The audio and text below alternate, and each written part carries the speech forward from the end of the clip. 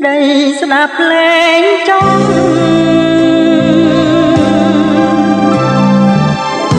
ចិត្តធ្លាប់ពោផងប្រែល្អងលេងខ្លា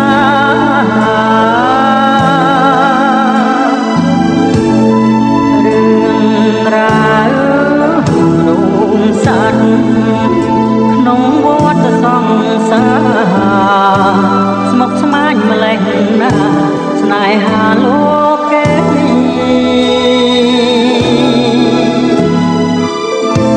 ចិត្តរងទារុនងុនឥតស្រាំងស្រានដូចភ្នំសង្កត់ប្រាណតិចបែកគ្មានន័យ